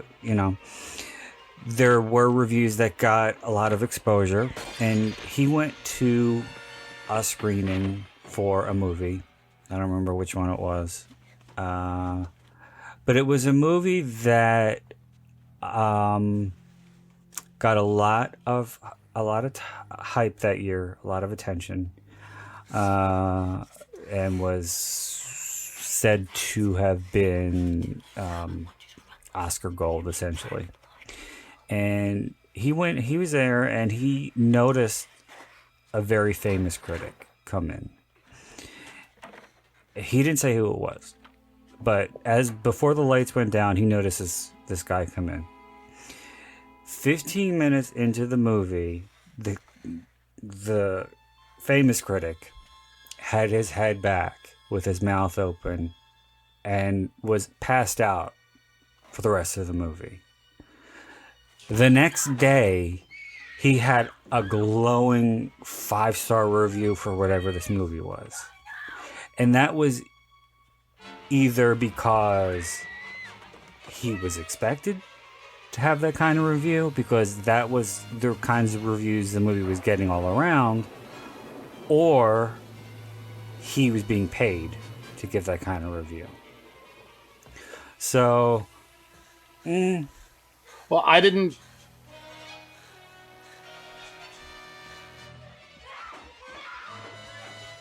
The reason I didn't bring up the Richard Roeper thing to put shine on Richard Roeper, because frankly, I think Richard Roeper's kind of a tool within and against what is in their lane. I agree with that. Like, I didn't like Final Exam. I mentioned that earlier. I didn't like it. I know that you like it. When I watched it, I wasn't grading it against Back to the Future or Willy Wonka and the Chocolate Factory or Touch of Evil. I was judging it against Halloween and Friday the 13th and Nightmare on Elm Street. You judge a movie against its peers, not against cinema at large. Well, no. See, that I have to disagree. You don't judge Final Exam against the upper echelon in slasher movies. You judge Final Exam against like Graduation Day or He Knows You're Alone or Eyes of a Stranger or something like that. Not necessarily Halloween. Well, no, I'm not. I wasn't. I don't mean like. I was just using those as examples. I just mean that you judge them against the movies within their genre. You judge it. You judge it.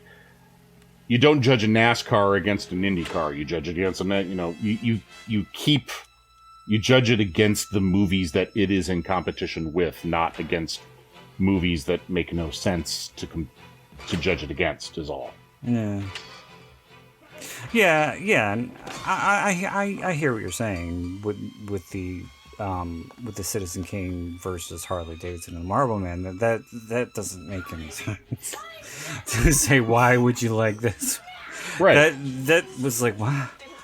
Even when you said it, I'm thinking, what? No.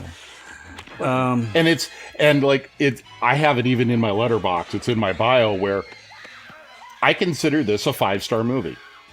I also consider Back to the Future a 5-star movie. That doesn't mean that the 5 stars mean the same thing or have the same weight. Like, as far as as far as quote-unquote films are concerned, Back to the Future is a 100% better than Friday the 13th, the final chapter. It's a much better film. But within their respective lanes, their scores are equal. Mm-hmm.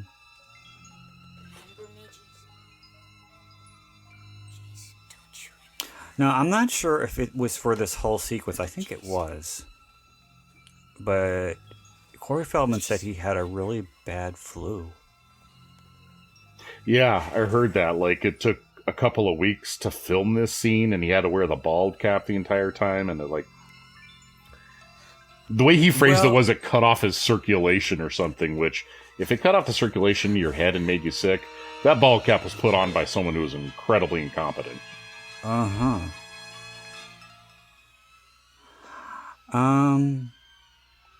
I didn't know if I didn't think if that was the reason. I just thought he had a flu because of the elements he'd been exposed to, because, of course, this is the dead of winter playing as summer, and when you're a kid and your immunity hasn't built up that much, and when you get sick from these kinds of things, you get fucking sick. I remember as a kid getting flus and like wanting to fucking die. Oh yeah. And I can't imagine having to do some of the things that he does, especially toward the end where he loses his shit and starts chopping at it was a sandbag, I'm pretty sure. But he's using a lot of energy. And he looks kind of sick in the face. Like he doesn't look like I don't know if it could be the ball cap. Corey, or if he put makeup on him. Corey seemed to, the story that I heard him tell, he did say that he had the flu, but he also seemed to attribute some of, like, he got sick because that he was wearing the bald cap so often, and he never really successfully explains how those two things are connected. He just kind of says those two things and as if they are connected. Again, Corey, your spectrum of truth. Yeah. Who knows? But I definitely agree. He's got kind of like raccoon eyes, and yeah, they're a little bit glassy as well. He definitely doesn't look. He definitely doesn't look 100%. So all that physicality, credit to him for being able to pull it off. Yeah. Because I know when I know when I've got a common cold, you might as well just assume that I'm a paraplegic. Yeah. Yeah, I'm a baby too, and I'm sick.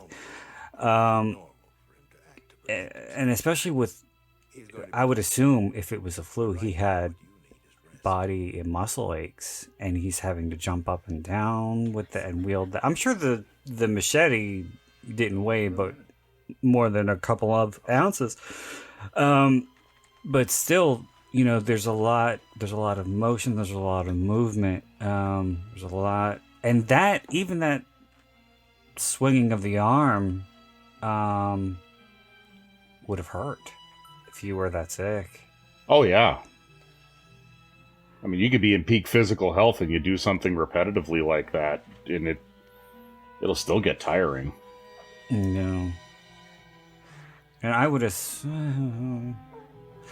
don't know. I was going to say I would assume that Joe Zito would have been a little careful with him, being that he was a kid.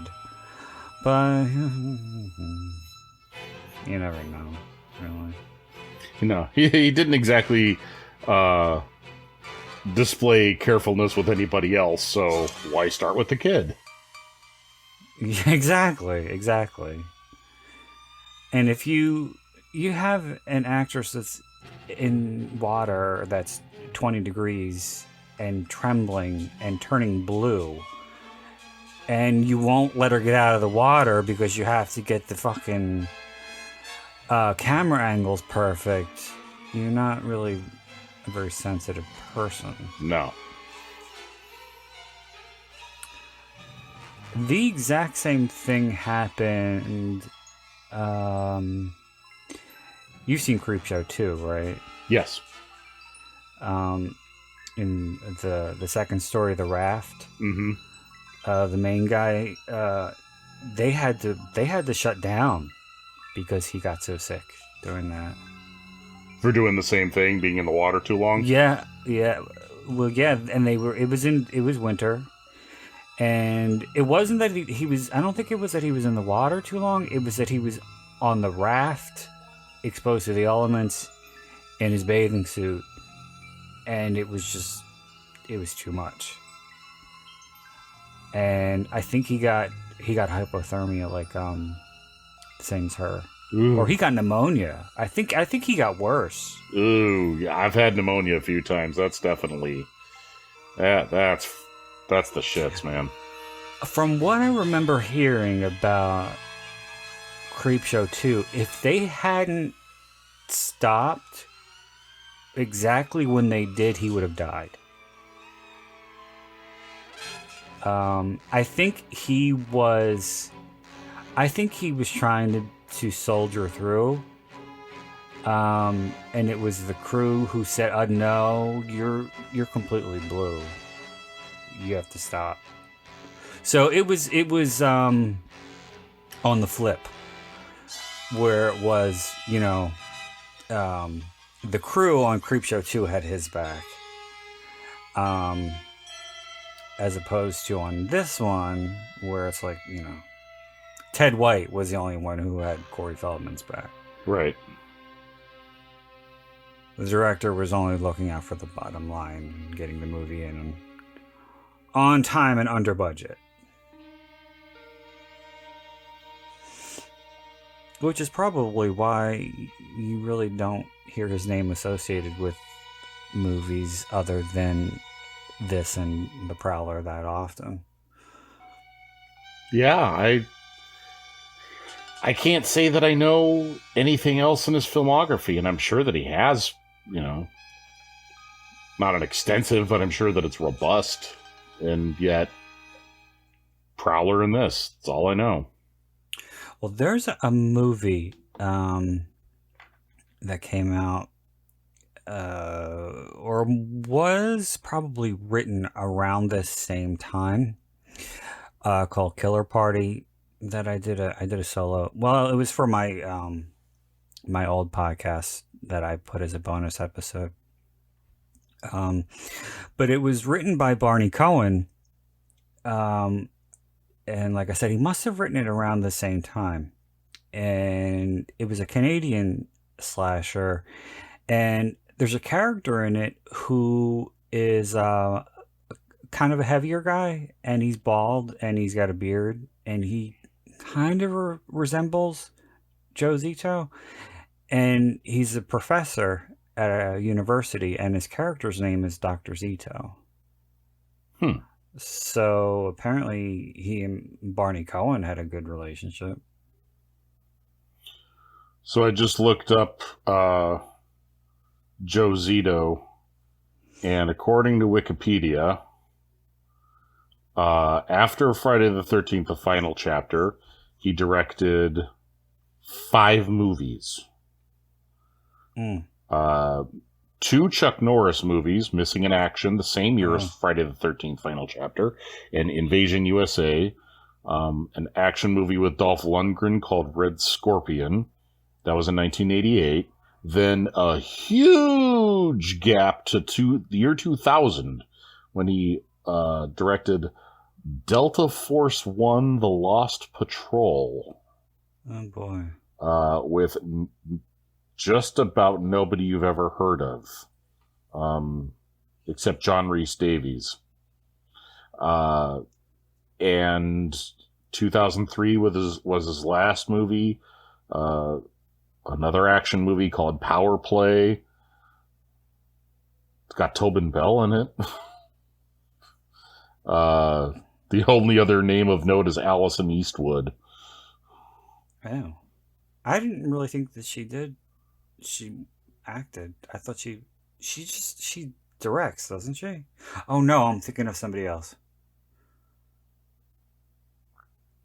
So, yeah, he has not had a robust career, and he didn't have a robust career before Final Chapter. He only had 3 movies before that. The Prowler in 81, Blood Rage in 79, and Abduction in 75. I always wonder what the hell directors who have significant gaps in between movies, what do they do? Right? Because I thought maybe the gaps would be filled by stuff in television. No. Yeah. Not him. He had producer credits on a show I've never heard of called Critical Moments, and that was between 2007 and 2013. And he produced a couple episodes of another show in 2017 called Medina that I've never heard of. That's it. That is his. That's all of his credits.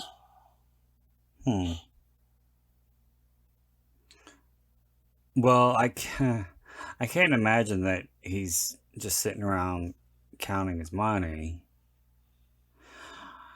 You have to do other things. I mean,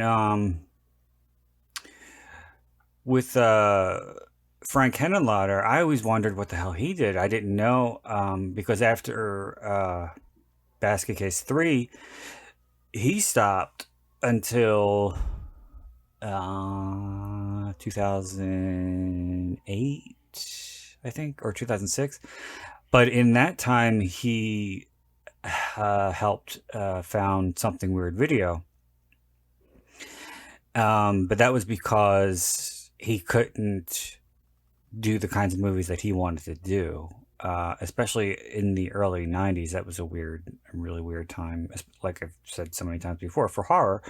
And a lot of companies didn't want to take risks.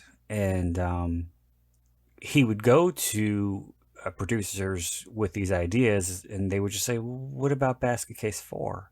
And he didn't even want to do 3. So, if he wasn't able to do the kinds of movies that he wanted to do, then he wasn't going to do any movies at all. The same thing with John Waters. He hasn't made a movie since 2004, and that's because he couldn't get financing for the movies that he wants to do. So he's been writing books and touring with one-man shows and making appearances on television, and he works a lot. He does. Since he's stopped directing. He's definitely, that's one guy that I didn't know about the books and the shows or the one-man show, but I know that he pops up acting gigs and guest appearances on TV shows all over the place. Like, oh yeah, he's practically a cast member on The Simpsons at this point. Oh, he did more? I'm pretty sure he's done at least a few appearances. I may be exaggerating how many, but I'm pretty sure he's done at least a few. I only remember the big one. Yeah, the big one is the only one that sticks out in my mind, but I could swear he's been back a couple times. But never, I don't think he's been back as himself. I think he ends up voicing another character. Yeah. Yeah, he's got a one-man show that he does every year for Christmas. He updates it every year to make it more current, and he does tours.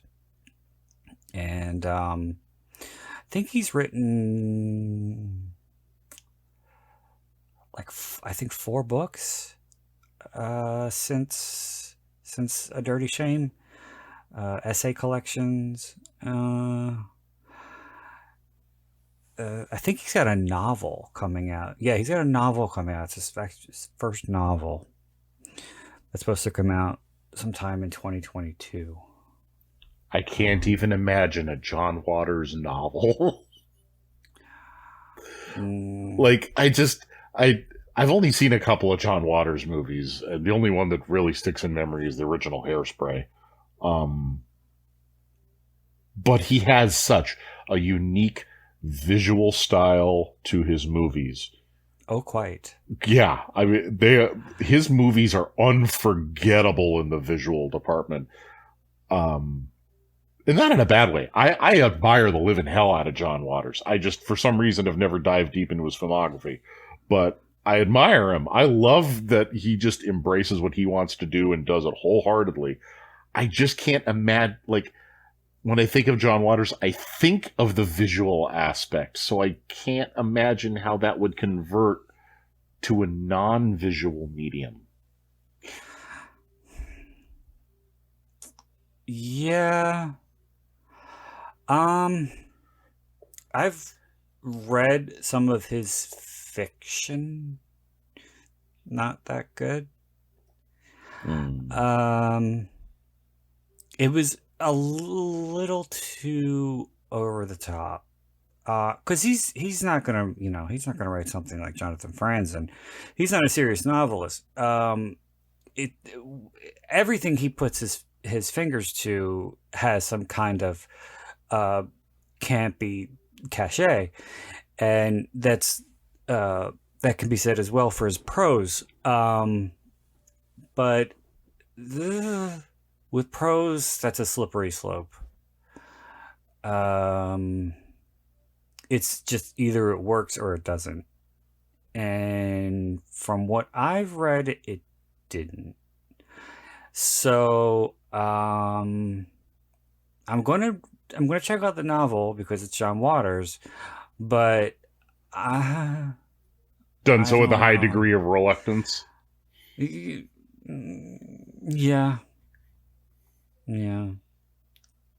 I may have it might surprise me. You never know. Right, yeah. I may have to add it to the reading list that I rarely ever get to. Yeah. You got to get Slash of the Titans. Yeah, I do need to get that. It's... Again, it would be added to the pile of, like, at least 8 books that are just sitting there going, "You've had me for 2 years, read me." All right. Any final thoughts on the final chapter? I know that it has that there are ways. I can see where some people may not like it 100%, but it holds. It's my first Friday the 13th movie. It's what made me fall in love with the series and fall in love with horror and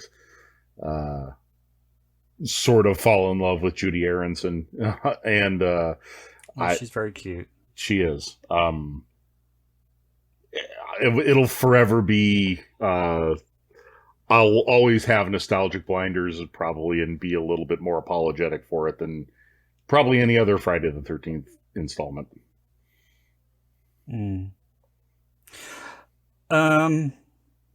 For me, the things that I don't like about it remain. But the things that I do like about it still hold up.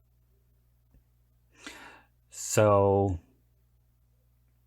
my feelings about it haven't really moved much, either up or down. I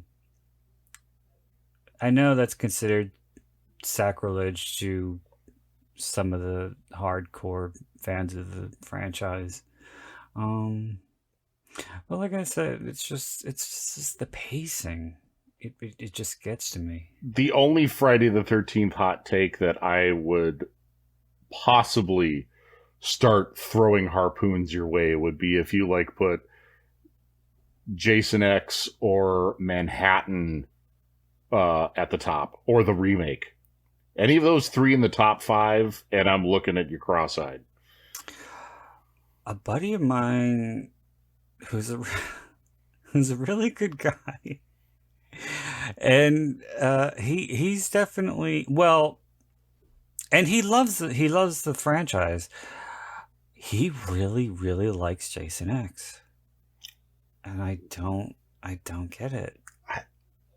I know there are people who think it's funny and they treat it like a comedy, and yeah, I don't. Yeah. I can't. No, it's become a cult film, and people like to laugh at it. I can't do that. It's just bad, and it's not even bad in a way that's fun to make fun of. It's just bad. It's just stupid. Yeah, like if Riff Tracks or MST3K did a commentary on it, I still don't think I could sit through it. I just sit there looking at the lost opportunity of the movie. I'm sure they probably did. No, they have never done a Friday the 13th. I've looked. They've never done a Friday mainly because, well, okay, here, I may qualify that. Because they have the 2 tiers. They have movies that you can, where you get the movie and the commentary together. They haven't done one for those. Those are typically really low budget or public domain movies. They do have commentaries for where you just buy the commentary and you supply the movie. But they tend to go with really big movies for those, like The Avengers and Twilight and stuff like that. So maybe there's a Friday the 13th in that latter category. I haven't found it. I